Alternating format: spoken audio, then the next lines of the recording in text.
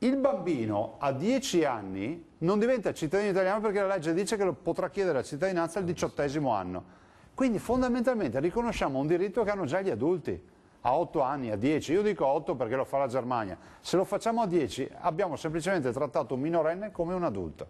Non mi sembra un'eresia quello che stiamo dicendo. Un'apertura che rappresenta una novità. Luca Zaia dice sì allo Ius Soli per i bambini a partire dagli 8 anni. Dallo studio di X News, il governatore del Veneto segna una svolta in seno al Carroccio. Sì dunque alla cittadinanza italiana per i bambini nati in Italia da genitori stranieri, sulla falsariga di quello che accade già in Germania. Una posizione destinata senz'altro a far discutere in seno alla Lega.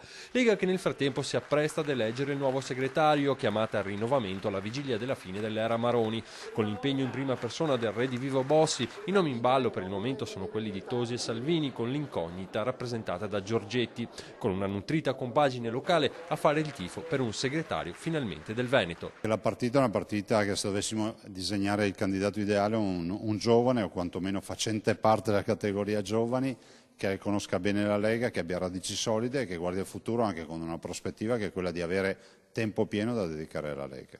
Un identikit al quale possono rispondere diversi nomi, quindi il governatore del Veneto commenta così un possibile ritorno sulle scene di Bossi. Penso anche che lui, padre nobile, potrebbe avere un ruolo nel partito e non avventurarsi in questa nuova esperienza che penso non giovi alla Lega.